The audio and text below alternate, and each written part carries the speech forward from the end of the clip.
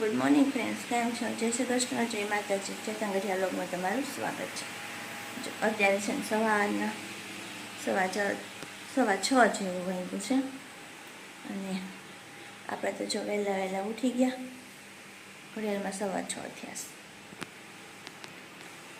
અને નાહી ધોઈને રેડી થઈ ગયા. કારણ કે આપણે તો સવારમાં ખબર જ છે ટિફિન બનાવવાનું હોય, તો એટલા માટે વહેલું જાગવું જ પડે. અને જો 6:15 થયા પણ અંજવાળું ફૂલ થઈ ગયું. કોઈ ન કે 6:15 ને એ જ જગ્યા ત્યાં શિયાળો હોત ને તો ઘોર અંધારું હોત અને વરસાદના ઝાપટા રાત્રે આવ્યા હશે, ખબર નથી કાંઈ, પણ ભીના છે રોડ એટલે એવું લાગે છે કે વરસાદ આવ્યો હશે. જો છે ને રોડ ભીના.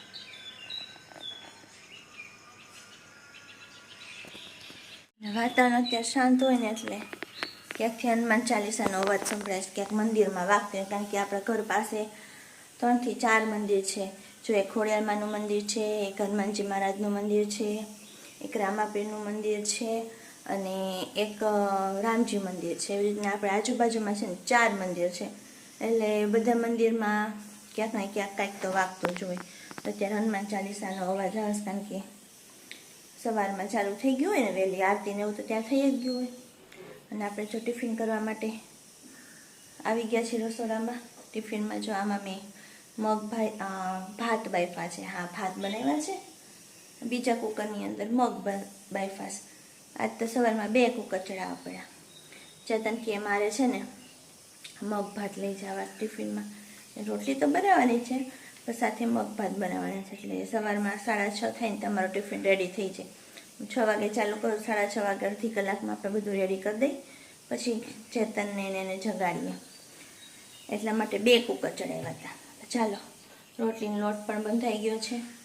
બસ હવે મારે રોટલી બનાવવાની છે, તો ફટાફટ ચાલો રોટલી બનાવી લઈએ, પછી આપણે આગળ મળીએ. મગનું શાક રેડી છે. આ કુકરની અંદર ભાત રેડી છે અને આપણી રોટલી પણ રેડી છે.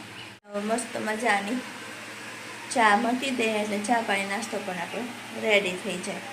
એના પપ્પા તો છે ને રેડી થવા માંડ્યા છો ઓફિસ જવા માટે. થઈ ગયા કે હજી બાકી છે? બસ ચાલુ છે કામકાજ.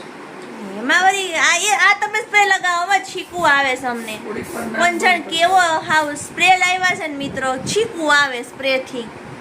જો કેવી આવે છે ને છીકું, કેવી ગંધારી સ્મેલ આવી. અને આને કોણ જાણ કેમ ગમે છે. મારે નાકનું કાંઈ વાક નથી. હવે હું ગોતોસ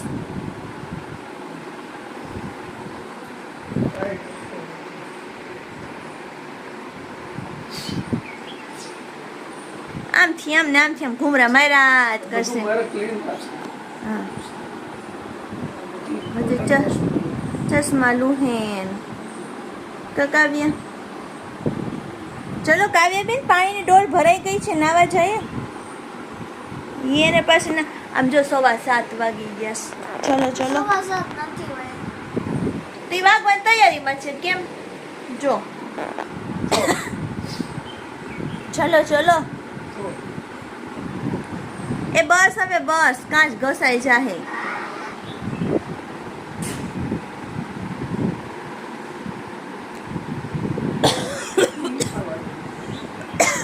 જો બધા ઉધરસ આવે ટબા સ્પ્રે થી. ઓ બકવાસ સ્પ્રે નો લાવતા હોય તો જે ઈન મારશે એમ. હા, હવે રેડી જ છો. રેડી થવામાં મોડું કરી નાખશો. હજી શું બાકી છે? મોજા બંગલો જોવા જવાનો છે. તમે બંગલા જોયા કરો. બીજો બંગલો જોવા જવાનો. હા, જઈ આવજો. બંગલો લેવો છે. 60-70 80 જે આવે એ લઈને. 1000 નહીં, 60-70 80. 1000 એમ તો બોલું છું. 60 70 80 1000 1000માં નું આવે તો 1000માં એની ટાઇલ્સ બી નું આવે. જો તમારે હેન્ડ સ્પ્રીન બધું લઈ લ્યો, મોબાઈલ. મારે બધું યાદ કરાવવું પડે, નતર હુસેન પાસે ફોન એ મારું આ ભૂલાઈ ગયું. જો જો જો આમથી આમ ઘૂમે જો આવી ને તમને છીક કીધું તું ને મેં સ્પ્રેથી છીક આવે જ છે મને ખબર નહીં આવે છે. નહીં તમને સ્પ્રેથી વધુ આવે. ચાલો તો હવે જય શ્રી કૃષ્ણ. જય શ્રી કૃષ્ણ. ચેતન ઓફિસ જવા નીકળી ગયા અને હવે વારી છે આપણા કાવ્યાબેનની રેડી થવા માટે. હજી જો એ ઊભી નથી થઈ. હું ક્યારની કહું છું, કાવ્ય ઊભી થા. એને છે ને હજી ઊંઘ આવતી. સાંજે હું આમ ન સમજે ને સવારે ઉઠવામાં ન સમજે એના જેવું છે. તમે પણ તારે વહેલું ન હોઈ જવાય બરોબર ને. અમે તો જાગતા હોય.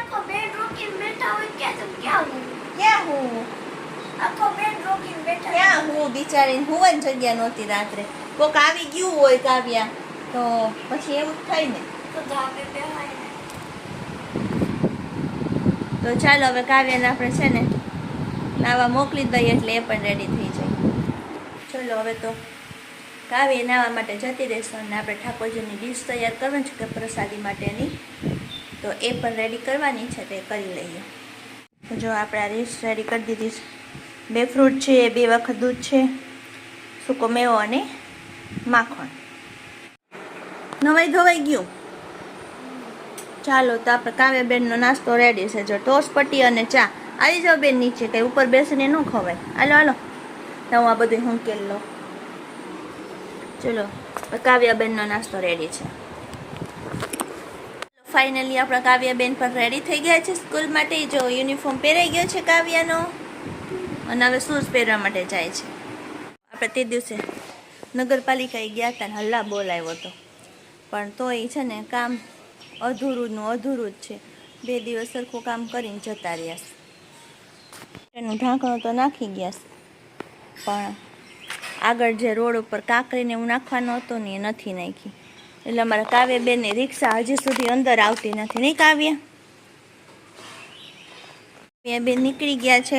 સ્કૂલ બેગ તો મારે જ લેવાનું કાવ્યાને. નો દો ને તારે તો વળતા લેવાનું જોઈએ ને, ક્યાંથી લેવા દઉં. જો અમારા આજે ખાડા ખબડાની હાલત જુઓ.